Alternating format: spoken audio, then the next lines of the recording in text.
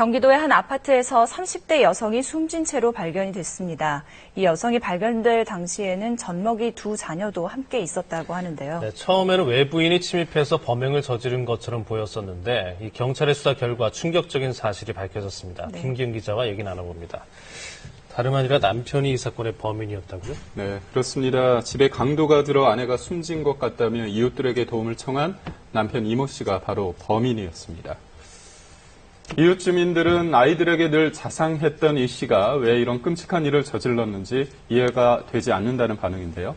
아내를 살해한 뒤 강도와 성폭행 사건으로 위장하기 위해 치밀하게 현장까지 꾸민 30대 남편의 범행을 따라가 봤습니다. 현관문을 두드려대는 요란한 소리에 심상치 않은 느낌을 받은 건 추석 연휴 다음 날인 지난달 23일 오후. 문을 열어보자 이웃인 남자 이 씨가 울면서 아내가 이상하다고 했다는데요.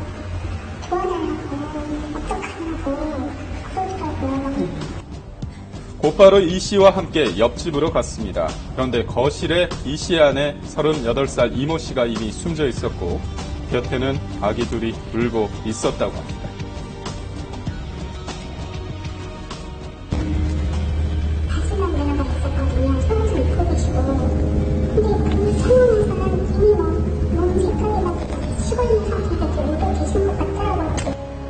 바위가 벗겨진 채로 숨져 있던 아내, 남편 이 씨는 집에 강도가 들었던 것 같다며 이웃에게 신고를 부탁했습니다.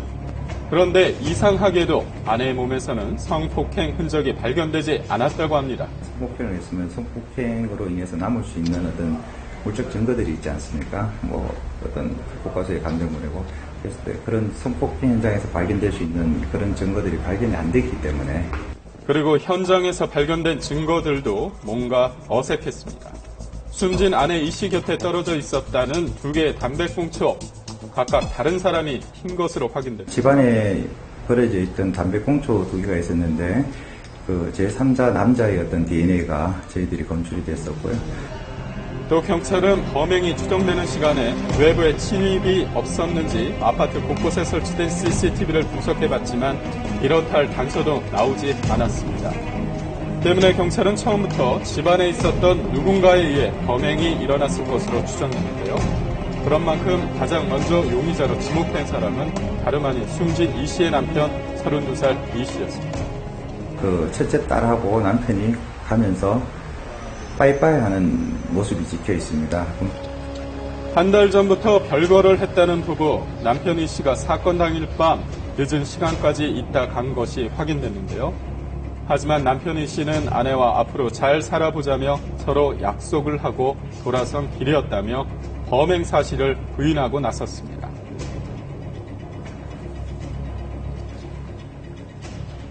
(10일에) 거쳐서 저희들이 수사를 진행해서 그 남편의 알리바이와 위장된 어떤 현장의 모순점들을 제거하는 데 수사에 주력을 다했습니다. 평소 부부 사이가 어땠는지 이웃들의 얘기를 들어봤습니다. 별다른 직장이 없이 공인중개사 공부를 했다는 남편 이 씨. 생계는 미용실을 하는 아내가 책임져 왔다고 합니다. 되게 닮았어. 공인중개사 시험 준비한다고 했었거든요. 그래가지고 언니가 미용실을 차렸거든요. 그 차린 것도 좀 기술이 좀 있었는데. 넉넉지 않아 보이는 형편이었지만 남편 이 씨는 일하는 아내를 도와 새 아이를 챙기는 자상한 가장이었다고 하는데요. 아이한테도 물어보면 엄마랑 아빠랑 사이가 그렇게 나쁜 것 같지도 않았는데 이 둘을 어떻게 남자랑 오세요?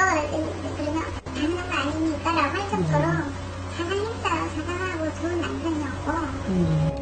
그런데 숨진 아내 이 씨의 몸에서 결정적인 단서가 발견됩니다.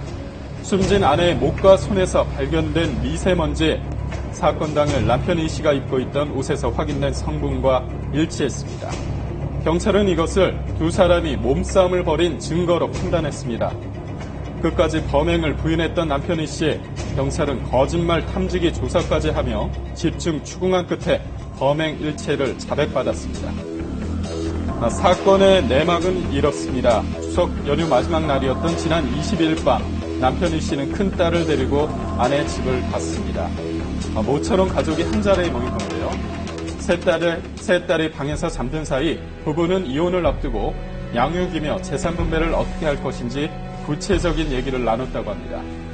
하지만 대화는 큰 싸움으로 번졌고 결국 남편 이 씨는 이를 저지르고 말았던 건데요. 공식적으로는 복부손상 및 경부압박 지질사 해두겠습니다. 남편이 여러 가지 사업 실패를 하고 직장 없이 있으면서 시험도 계속 안 되고 또 좀 무능한 사람 취급을 하고 강도 살해 사건으로 위장하려 했던 남편 이 씨. 숨진 아내의 옷을 벗긴 다음 미리 준비한 담배꽁초를 현장에 버립니다. 그리고 딸과 함께 나가는 모습을 의도적으로 CCTV에 노출시켰습니다. 수사의 혼선을 주기 위해서인데요.